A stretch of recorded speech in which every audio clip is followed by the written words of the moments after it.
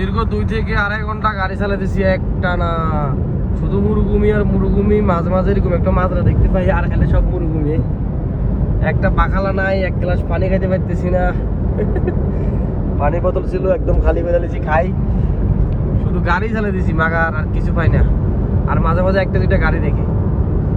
আসলে এক জায়গায় আইছিলাম একটু কাজে, এখন টাইম হচ্ছে যাই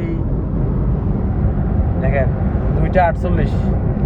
খানা খাইতে পারি নাই, সকালে নাস্তা করেছি কিনা সন্দেহ আছে, করছিলাম।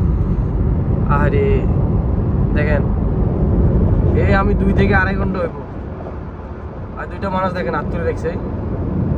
এখন আমি তাদেরকে হেল্প করতে পারবো না, হেল্প করলে পুলিশে আমার ফুটকি মেরে দিতে পারে, কিছু করার নাই। এখন আমি যাইতেছি এদিকে,